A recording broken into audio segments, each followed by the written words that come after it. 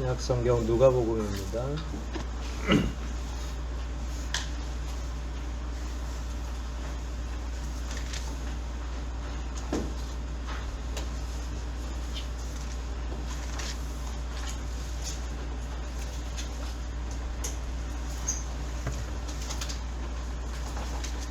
5장 13절부터 읽겠습니다.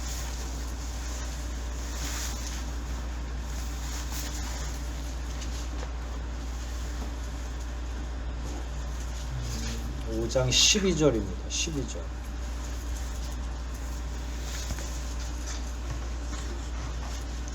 일단 5장 12절을 읽고 시작하겠습니다. 우리 같이 읽겠습니다. 시작.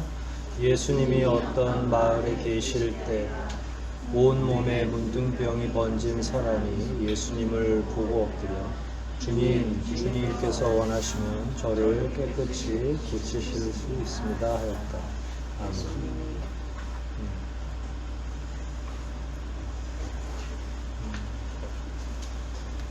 제가 대훈 형제 해주세요. 제가 준비한 게 이게 절수를 하나를 밀려서 쓴 것 같아요. 12절인데 제가 13절로 표현했고 한 절씩 밀려서 제가 표현을 한 것 같아요. 옮겨서 쓰다 보니까 그렇게 되는데 이해하시고요.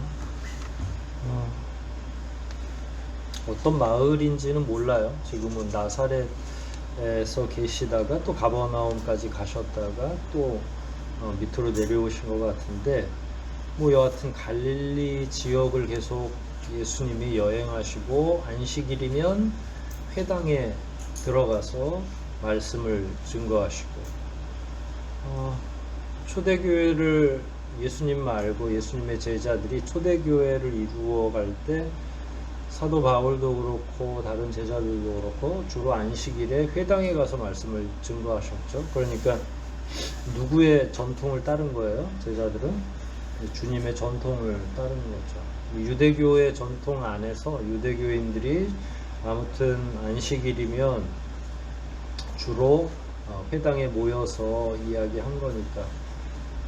그런데 이게 부활절 지나고 오늘날의 주일, 일요일, 썬데이 이렇게 해서 주의 날로 변화하는 데는 1세기가 지나야 이제 토착이 된 거고, 아무튼 이때까지만 해도 안식일은 지금의 요일로 보면 토요일이니까 토요일날 사람들이 모여서 회당에서는 제사를 지내진 않아요.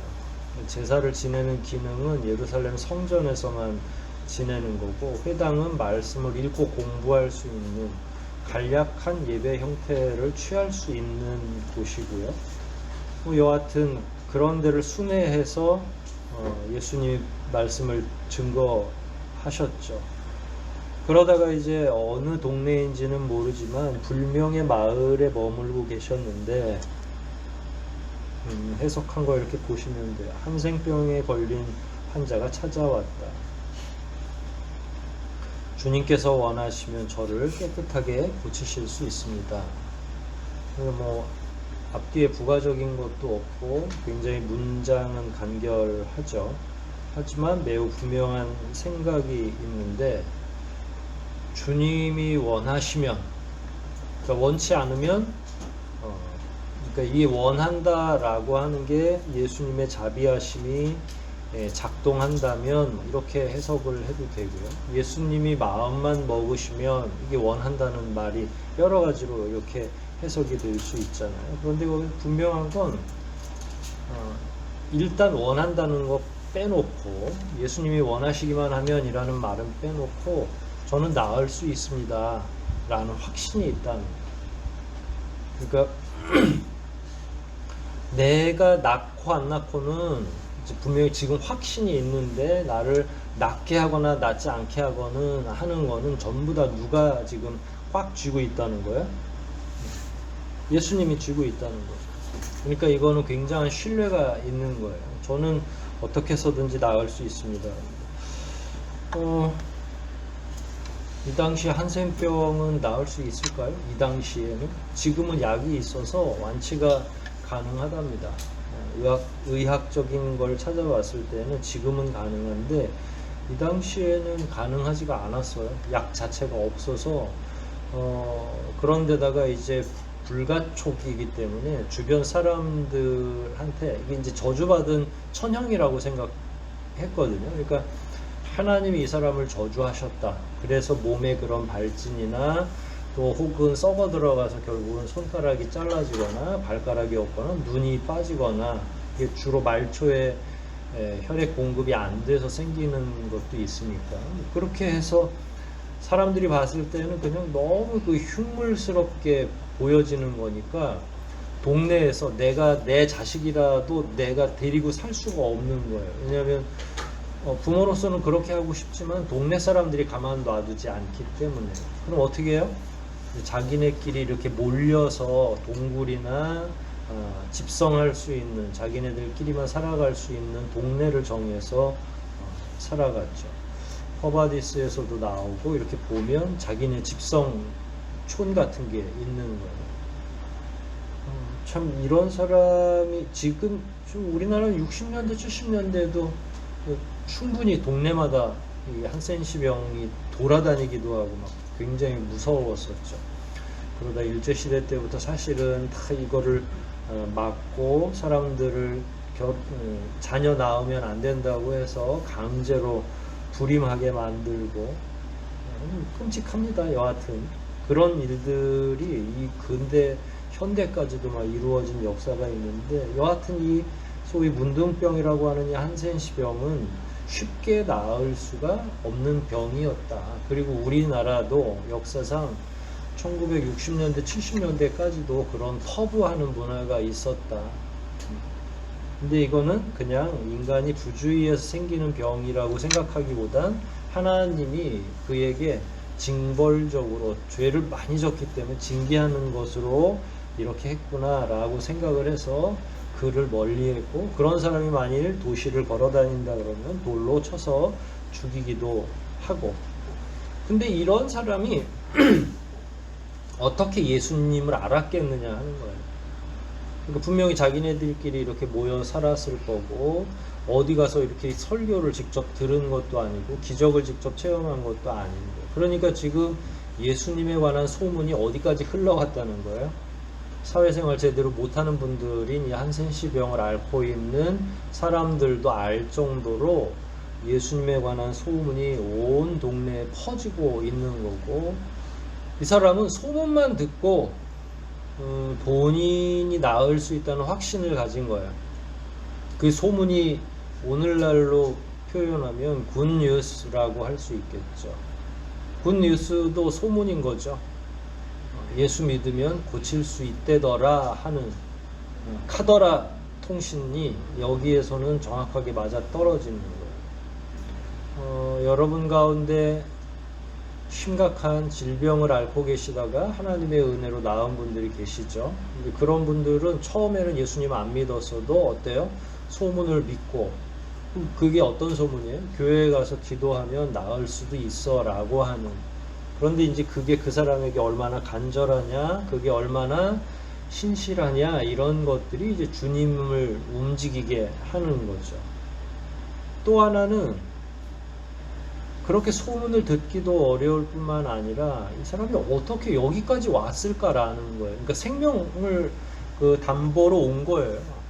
오다가 사람들 많이 만나고 조금 괴팍한 사람 만났으면 어떻게 됐겠어요? 이제 멱살을 잡을 수는 없죠. 왜냐면 내가 걸릴까봐 두려워서 그렇게는 안 하니까 멀리서 사람들 불러다가 저놈을 내쫓자라고 이야기하고 돌을 던져서 죽이는 역할을 했겠죠. 그러니까 여기까지 왔다는 것 자체가 얘기가 잘 안 돼요. 그럼 이게 거짓말이냐? 그게 아니라 눈만 내놓고 뭐 칭칭 감고 왔을 수도 있고요. 자기를 감추면서. 그리고 이 나라는 다행히 저 위에 머리에 터번도 쓰고 태양을 피하기 위해서 다 옷가지를, 긴 옷가지를 입으니까 뭐 어떻게든 찾아서 왔겠죠. 이 사람이 큰 소리로 얘기하지도 않았을 것 같아요. 여러분이 지금 돌맞게 생긴 문둥병자라면 주님 뭐 이렇게 하면서 마치 개선하는 것처럼 문을 박차고 들어올 그런 형편은 아니겠죠. 어떻게 갔겠어요? 예수님한테 눈치 보며 뭐 하며 살살 가가지고 주님한테 복화술까지는 아니라도 조용히 아랬겠죠. 주님. 그리고 주님은 벌써 복음서에 나오는 여러 가지 기적을 보면 주님은 자기의 옷을 만지는 의도를 가지고 만지는 것도 알 수 있을 정도. 혈루병 걸린 여자가 예수님의 옷가지를 만졌을 때 내 능력이 나갔다라고 명확하게 파악을 하고 계시잖아요. 그럼 누가 오는지 정도는 알고 계시겠죠. 아, 오늘은 내가 이 영혼을 구원하겠구나. 근데 그게 문둥병자였던 거고, 그럼 예수님은 기대감이 있으시겠죠. 이 자가 과연 어떻게 올까? 내가 나가서 맞이해줘야 되나? 왜냐면 문둥병자가 와야 고쳐주는 거잖아요. 지금 문둥병자 어딜 있는데 예수님이 가신 게 아니니까. 그런 보이지 않는 내용이 이 한 문장 속에 담겨져 있는 거예요. 13절 읽어볼게요. 여기는 14절이에요. 12절 마지막에 저를 원하시면 깨끗이 고치실 수 있습니다. 그랬더니 예수님이 뭐라고 이야기하셨어요? 내가 원한다. 깨끗이 나아라. 말씀하시자 즉시 그의 문둥병이 나았다.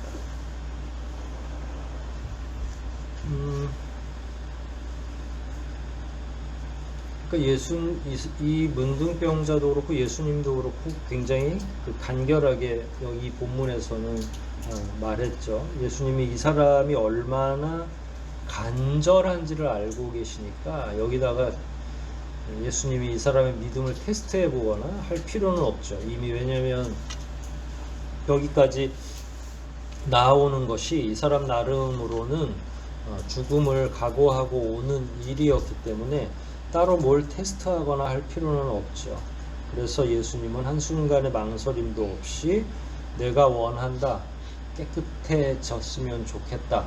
깨끗하기를 바란다. 라고 선포를 하는 거죠. 근데 그 앞전에 이 이야기가 있어요. 예수님이 그에게 손을 대시며, 이게 불가촉이라고 했잖아요. 이제 손을 대는 거는 만약에 문둥병자, 그러니까 이 유대율법에 시신을 만져도 부정한 게 되잖아요. 지나가다가 부지부식간에 시신을 만지거나 동물의 사체를 만져도 제사장한테 가서 이러이러한 일이 있으니까 저를 깨끗하게 해주십시오 라고 얘기해야 되는데, 문둥병자를 만지면 어떻게 되겠어요? 일단 의학적 정보가 없는 상황에서는 나도 걸리는 게 아닌가 해서 만질 수가 도저히 없겠죠. 예수님이 그의 몸에 손을 대신 거예요. 그게 머리가 됐든 아니면 진물이 나는 손을 만지셨든 어딘가 만지셨을 거잖아요. 우리 주님이 이게 사람에 대한 또 질환을 앓고 계시는 그 상대편에 대한 완전한 자비 내지는, 사실은 여기에서 나온 게 저 마더 테레사나 이런 사람들의 한센시병 사역 같은 거죠. 우리는 그들을 칭송하고 이야기하지만 실제로 그 모델은 먼저 누가 이렇게 한 거예요? 몸에 손을 대는 사역은 예수님이 하시는 거죠. 저는 이게 창조자로서 피조물을 만지셨다 해도 크게 달라지지 않는다. 누가 지으셨냐? 만약에 어머니 입장에서 여러분들의 여러분들이 부모라고 생각하고 여러분들의 자녀가 만일 이렇게 심각한 피부 질환, 그냥 도저히 나을 수 없을 것 같은 피부 질환이 있다고 여러분이 자녀를 안 만지겠어요? 그렇지 않습니다. 손을 대고 약을 발라주고 고름을 짜내주고 다 할 거예요. 오전에도 그런 말씀을 드렸습니다만은 하나님의 모성애 같은, 굳이 뭐 부성애라고 할 필요는 없죠. 모성애 같은 게 여기 포함되어 있는 거죠. 환부에 굳이 말씀 이렇게 손 안 대도 되는 거고요. 실제로 주님은 말씀만으로도 능력을 베푸시는 분이죠. 가라사대 있으라 하면 있는 거잖아요. 그리고 오늘 본문뿐만 아니라 다른 본문에서 기적을 베푸실 때 꼭 손을 대서 안수하시지는 않았다. 근데 왜 유독 만지지 못하게 하는 문둥병자를 만지시고 그야말로 손을 대셨을까 하는 건 여러분들이 상상하시는 그대로라고 저는 이해가 돼요. 주님이 훨씬 더 그 사람에게 주님의 친절을 보여주고 싶었던 거예요. 그동안에 사람들은 손가락질하고 그 사람을 외면하고 그 사람을 멀리 가도록 했지만 주님은 안아주는 거예요. 내게로 와라. 내가 너희를 쉬게 하리라 라고 하는 말씀을 어떻게 해서든지 몸소 보여주는 거죠. 이것도 시비를 걸자 하면 충분히 걸 수 있는 거죠. 문둥병자를 만졌으니까 저 사람은 부정하다라고 이야기할 수 있는 거예요. 그럼에도 불구하고 주님은 그의 몸에 손을 대시면서 내가 원한다. 당연히 원하시죠. 우리의 연약함을 주님에게 말씀하시고 간절한 믿음으로 주님을 찾아왔는데 내가 원하지 않아 라고 말씀하실 수가 없죠.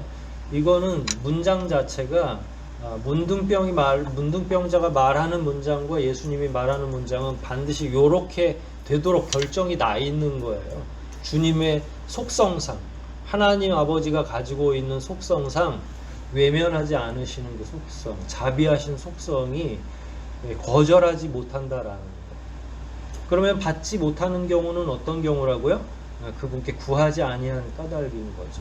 하나님께 그리스도께 끊임없이 나의 연약함을 말씀드리고 구하는 건 우리 몫이고 그것을 들으시고 이루시는 건 하나님 아버지의 몫이고 예수님이 이제 그대로 하나님의 몫을 다 하시는 거죠. 내가 원하니까 깨끗이 나아라 라고 말씀해 주시는 거고 특별히 13절 마지막에 즉시 그의 문둥병이 나았다 이렇게 표현이 되어 있어요.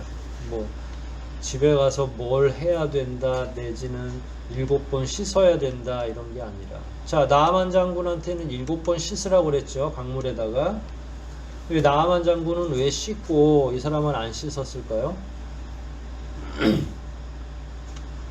믿음 때문에 그런 거예요.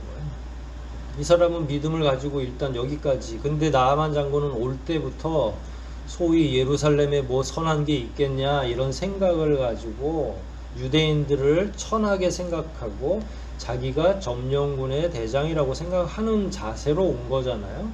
선지자를 찾아왔을 때 그랬을 때 한 번도 아니고 7번을 씻으라고 한 까닭은 뭐예요? 사실은 즉시도 가능했을 거잖아요. 하나님의 능력이 선지자에게 힘이 펴져 있다면 지금하고 똑같이 가능한데 믿음을 시험하는 거죠. 그러나 이 사람은 지금 믿음으로 여기까지 이미 온 거라서 시험할 필요가 전혀 없는 거죠. 같은 환우라 할지라도 성경에서 하나님이 대하시는 방법은 서로 다를 수 있다. 여기에는 15절이죠. 같이 읽어볼까요? 15절 여러분의 성경 14절입니다. 시작.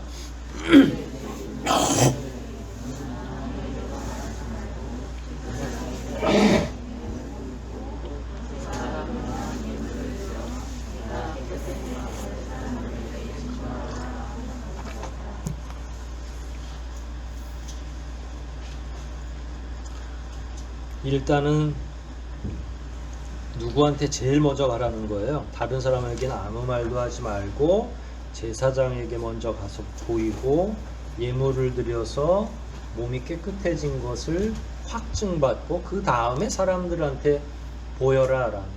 하나하나 풀면 왜 아무에게도 말하지 말라고 했을까요? 예수님의 때가 아직 아닌 거죠. 그런데다가 예수님은 지금 치료 목적으로 이 땅에 오신 게 아니라 더 진짜 치료, 죄를 다 치료하기 위해서 오셨는데 본의 아니게 지금 끊임없이 몰려드는 환우들 때문에 사역 자체가 복음을 증거하는 사역, 말씀 사역 자체가 가능하지가 않은 거죠. 그리고 예수님의 때가 이르지도 않았는데 심지어 문둥병같이 고치고 이러면 주변에서 끊임없이 계속 문제가 발생할 수도 있겠죠. 그래서 아무에게도 말하지 말라는 건 그 얘기예요. 두 번째, 제사장에게 가서 몸을 보이고, 이거는 이 사람이 그동안 보세요. 우리가 생각할 때 피부병이라고 하는 건 뭐 종균의 문제든지 내가 균을 복균했기 때문에 일어나는 그러니까 내가 뭔가 부주의하게 살은 일인데 여기서는 이걸 전부 누가 관장을 했냐면 의사가 관장을 하는 게 아니라 제사장이 관장을 했어요. 그러니까 이거는 윤리적인 문제로 가져간 거예요. 너는 죄가 있다라고 하는. 그러니까 문둥병보다 더 힘든 건 격리시키는 병인 거예요. 사회로부터 격리되는 병. 이게 병 자체가 그런 거죠. 그러니까 제사장이 어떻게 생각하고 판단하느냐에 따라서 이 사람은 격리가 길어질 수도 있고, 그런데 길어질래야 길어질 수가 없죠. 몸이 완전히 한순간에 싹 나아버렸기 때문에 그냥 가서 몸만 보여주면 되는 거예요. 그러니까 제사장한테 가라고 한 건 이 당시 사회 자체가 종교적인 사회고 제사장이 모든 걸 판단할 수밖에 없고, 이 사람의 판단이 결국은 이 한센시 병자를 이제 자유롭게 하거나 아니면 더 억압하거나 할 수 있다는 이야기고요. 그 다음에 내가 깨끗해진 것을 사람들에게 증거하라 라고 하는 건 사회생활이 가능해졌다는 거예요. 이제 그동안에는 아니면 그 말할 필요가 없는 거죠. 뒷문장은 예를 들어서 제사장한테 깨끗함을 얻었다라고만 하면 이건 내 개인적인 문제였다면 나는 누구에게 내가 이런 병에 걸렸었는데 나았어요 라고 얘기할 필요가 없죠. 근데 이 병은 사회적 병이었던 거예요. 사회적으로 격리시키는 병이고, 말씀드린 것처럼 내 몸 안에 다양한 뭐 물집이 생기든지 발진이 생기든지 막 뚝뚝 끊어지든지 이런 거는 둘째치고, 사람들하고 함께 하지 못하는, 사랑하는 가족들하고 같이 있지 못하는 게 더 이 사람에게는 충격이고 고통이었던 거예요. 사회적으로 격리를 시켰기 때문에 그런 거잖아요. 그러면 다시 예수님이 정확하게 이 사람이 가지고 있는 고통을 알고 계시는 거죠. 1차 고통은 문둥병이지만 그거보다 더한 고통은 자기 사랑하는 사람들과 친구들과 가족들 뭐 할 것 없이 사회에서 생활을 못하니까 그 다음이 바로 그거예요. 깨끗하게 나아진 것을 다른 사람에게도 이제 공표해가지고 내가 건강한 이웃으로서 살아갈 수 있다는 걸 증명해 보여라 라고 이야기해 주신 거죠. 저는 이 말 한마디 한마디가 예수님의 가장 그 자비하신, 우리가 생각할 때 우리는 나으면 끝이라고 생각하지만 예수님께서는 나아서 이 사람이 어디로 돌아가야 되는지도 알고 계시는 거잖아요. 그러니까 일반 의사는 아마 치료해서 진료하고 치료하는 것으로 끝날 수도 있겠죠. 그러나 예수님 같은 경우는 치료도 치료지만 이 사람이 건강하게 자기 커뮤니티 안에서 공부하고 생활하고 같이 활동하는 것, 이런 것들까지도 염려하고 계시고 그걸 전부 하나씩 하나씩 순차대로 이야기를 해주신 거죠. 그런데 이 사람이 하나는 어기죠. 제일 먼저 거를 어기죠. 너는 아무에게도 말하지 말라 했는데 어땠어요? 이제 이게 마지막 세 번째 거하고 맞물려 있는 거예요. 예수님이 그렇게 했다라고 하는 이 내용과 일단 가가지고 사람들에게 깨끗함을 또 보여서 건전하게 건강한 사회생활을 하도록 하는 것 사이에 엉켜 있는 거죠. 사람들하고 생활하다 보면 누가 너를 낫게 했어 라고 이야기를 해야 되잖아요. 그런데다가 사람은 또 하지 말라고 하는 건 또 어겨로, 그리고 이 사람이 이 소문을 널리 퍼지게 한 이유 중에 하나는 어떤 악감정을 가지고 한 게 아니라 너무 좋아서, 너무 감사해서 어떻게 하든지 자기가 지금 낳은 것들을 다른 사람에게 알리는 과정에서 정말로 놀라움을 감출 수 없어서 사람들에게 마음껏 이야기하고 다닌 거죠. 여러분 같으면 어떻겠어요? 여러분이 뭐 요즘에는 이런 병이 그렇게 흔치 않으니까, 흔하게 걸릴 수 있지만 굉장히 위험한 것 중에 하나가 이제 암 같은 경우, 또 요즘에는 예후가 좋아져서 60, 70% 이상 생존율도 있고, 그러면 그 병에서 어느 날 갑자기 암덩어리가 녹아서 그냥 쑥 없어졌다 라고 하면 여러분들은 가만히 있겠어요? 내가 기도하고 하나님께 큰 은혜를 받았더니 어디가 막 뜨거워지더니 정말로 의술로는 설명할 수 없는 뭐 이런 스토리예요. 그러니까 이 사람이 예수님의 말씀을 어겨라 하고 나가서 그냥 의도적으로 나쁘게 행동했다기보단 자기가 받은 그 은혜, 자기가 경험한 그 체험, 기적의 체험 자체가 너무 놀랍고 놀라워서 사람들에게 어떻게 해서든지 이야기해주고 싶었던 거죠. 그래서 이 사람은 그냥 까맣게 모르고 주님이 왜 그 이야기를 했는지를 정확하게 이해하지 못하고 사람들을 향해서 이야기한 거죠. 그래서 많은 사람들이 주님 앞으로 더 다가와서 말씀도 듣고 병도 고치려고 모여들었다. 아까 우려했던 일들이 일어나는 거죠. 예수님은 병을 고치려고 오신 건 아닌데 여기저기서 사람들이 또 몰려오기 시작을 한 거예요. 예수님은 얼마나 피곤하셨겠어요. 우리가 오전에 그 일종의 탈진에 대해서 예수님이 그래서 배 타고 가끔 주무셨다고 표현이 되잖아요. 그러니까 예수님은 거의 깨어있는 동안에는 수많은 사람들을 치료하거나 대화하거나 설교해 주셔야 됐던 분이니까. 16절을 보면 이제 역접의 관계죠. 사람들은 몰려왔지만 예수님은 자주 조용한 곳으로 가서 기도하셨다. 오늘은 요 16절까지만 공부할게요. 사람들이 몰려들지만 예수님은 어떻게 해서든지 한적한 곳, 조용한 시간, 이걸 확보하시려고 했던 거죠. 그런데 예수님이 만일 기도해서 능력을 받는 거라면, 하나님 어제까지 능력을 다 썼는데 오늘도 또 능력을 주세요. 그래서 아침마다 막 충전하듯이 하는 그런 기도를 드릴 필요는 없는 거죠. 그러면 여기서 조용한 곳으로 가셔서 기도했다라는 건 그저 하나님과의 대화가 목적이었다는 거죠. 대화의 내용은 저도 유추하기가 어려워요. 주님이 하나님 아버지에게 삼위일체로서 어떻게 기도했을까? 여기는 그냥 표현은 기도지만 어떻게 어떤 내용을 대화하셨을까? 우리는 한번 질문해 볼 수 있죠. 여러분들은 어떤 걸 하나님과 대화하십니까? 여러분들이 그의 자녀라면, 하나님의 딸, 아들이라면 어떤 내용을 대화를 하죠?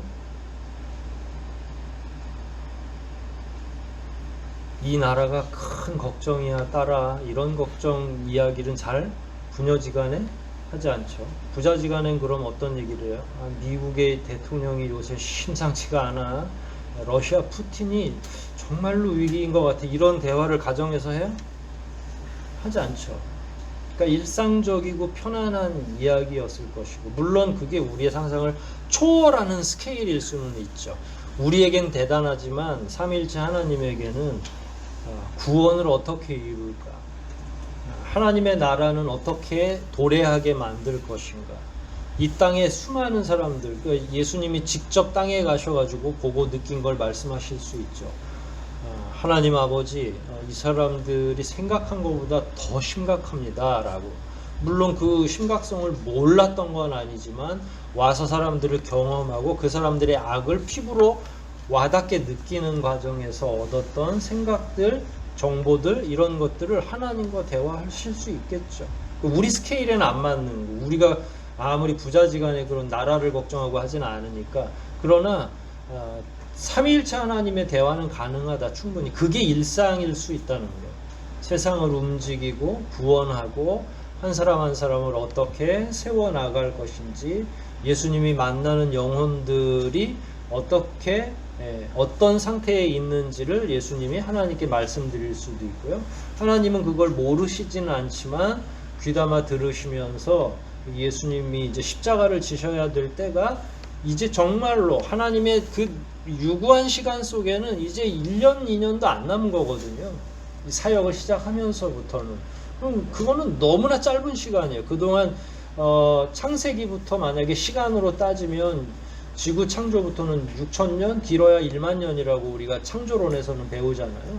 그럼 그거에 비해서 1년은 굉장히 짧은 시간이죠. 그러니까 목전에 이제 예수님의 십자가가 온 거라면 아마 그런 내용들을 함께 의논하고 대화하고 기도라는 표현으로 그 안에 내용이 포함되어 있지 않겠는가. 오늘은 여기까지만 공부를 하겠습니다. 사실은 예수님의 기적 하나하나가 살펴보면 우리에게도 그대로 적용되는 경우도 굉장히 많고, 또 우리 역시 우리의 삶을 돌이켜보면 주님을 만났던 게 이 사람들과 별반 다르지 않아. 그 과정을 보면 이 정도로 현격한 질병을 앓다가 주님을 만난 건 아니라도 그 사연들을 되짚어 보면 그만큼 주님이 전폭적으로 우리를 만나 주셨고, 두 팔을 벌려 주셨고, 우리를 치유해 주셨고, 우리를 주님께서 그 온화한 모습과 음성으로 환대해 주셨던 것은 명확하다. 그것을 우리가 자꾸 망각하고 살 뿐이지, 주님이 우리를 구원하셨던 그 사건은 여전히 존재한다. 각자의 기억 속에서. 이런 것들을 보면 우리가 얼마나 그 성장해서 그야말로 자기 집 얻어서 나간 큰 자녀처럼 이제 자기만 생각하기 시작한 거죠. 우리를 구원해 주신 그분의 은혜와 사랑에 대해서는 자꾸 그냥 옛날 추억처럼만 느껴지고, 이게 이제 현재 나에게 어떤 힘이 되느냐는 자꾸 망각하게 되는 거죠. 저는 저와 여러분을 구원하신 그 하나님이 오늘 이 시간에도 지금도 여전히 유효한 사랑으로, 동일한 사랑으로 우리를 바라보고 계시고, 하나님의 그 위대하심에 비하면 여러분들이 청년의 시절을 살다가 50대가 됐다고 해서 하나님의 위대성에 비하면 아무것도 아니라는 거예요. 근데 자꾸 사람들은 자기의 육신적인 한계나 나이 때문에 하나님과 자기가 엇비슷해졌다고 자꾸 착각하는 경향이 있어요. 그러니까 능력이 많아졌다고 생각하지는 않지만 기본적으로 게으르거나 나태함에 대한 핑계거리를 자꾸 그렇게 삼는다는 거예요. 하나님께서는 한 번도 우리를 버리거나 우리를 외면하시지 않았는데, 우리가 그분을 서운하게 하는 건 아닌지 오늘 말씀을 통해서 이 사람들이 예수님을 만났었던 그 순간, 자기의 병이 확실하게 치유되었던 그 순간에 얼마나 놀라운 생각을 많이 했을까. 죽을 때까지 아마 잊지 못하지 않았는가, 이런 생각을 해봅니다. 저와 여러분의 구원이 바로 그런 것임을 잘 기억하시고, 날마다 조금씩 주님께 더 가까이 가고 주님과 대화하는 저와 여러분 되시기를 주의 이름으로 축복합니다. 우리 이 시간 말씀 생각하면서 한번 기도하시겠습니다. 고침받은 문둥병 환자 한센씨 병이 고침받은 그 자체만으로도 놀랍지만 결국 그 과정을 모두 인도하시는 주님의 놀라운 섭리, 또 그 세밀한 주님의 방법, 이런 것들을 다시 한번 묵상하면서 우리가 주님을 만난 지 한참 됐지만 우리 역시도 주님께서 이렇게 세밀하게 다루어 주시길, 우리를 만나 주시길, 우리랑 대화해 주시길 이 시간 함께 한 목소리로 기도하시겠습니다.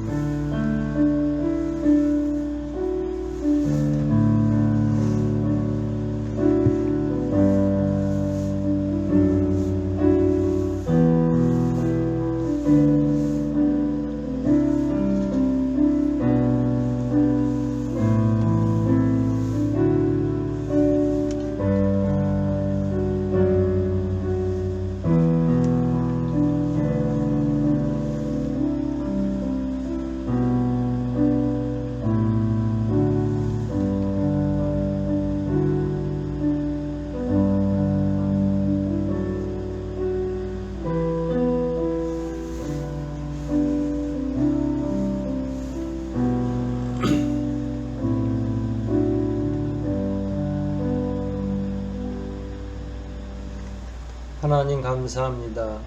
오늘도 예수님께서 만났던 사람들을 치료해 주시는 그 과정에 나누신 말씀과 그 배경, 그 상황을 유추해 주님이 얼마나 우리에게 위로가 되며 또한 자비로운 손길로 우리를 대해 주시는지를 공부해 보았습니다. 이 시대를 살아가는 저희들이 이미 오래전에 주님을 만나 지금은 많이 성장한 것처럼 보여도 주님에게는 여전히 어린아이와 같고 돌보아야 할 한 영혼에 불과하다는 사실을 되묻습니다. 하나님 저희들을 돌보아 주시고 육신은 자랐는지 모르지만 주님 안에서 저희들이 여전히 주님의 자비가, 주님의 사랑이, 주님의 손길이 그리운 자들인 것을 다시 한번 기억해 주시고 저희들의 삶을 주장하여 주시옵소서. 돌아가는 발걸음도 인도해 주시고 무탈하게 한 주 보내게 하시며 이제 다음 주가 되면 저희들이 민속 명절을 보내게 되는데 오고 가는 모든 발걸음들 안전하게 도와주시옵소서. 이 시간 돌아가는 모든 발걸음을 주님께서 안전하게 돌아갈 수 있도록 돌보아 주실 것을 믿사와 우리를 구원하신 예수님의 이름으로 기도하옵나이다. 아멘.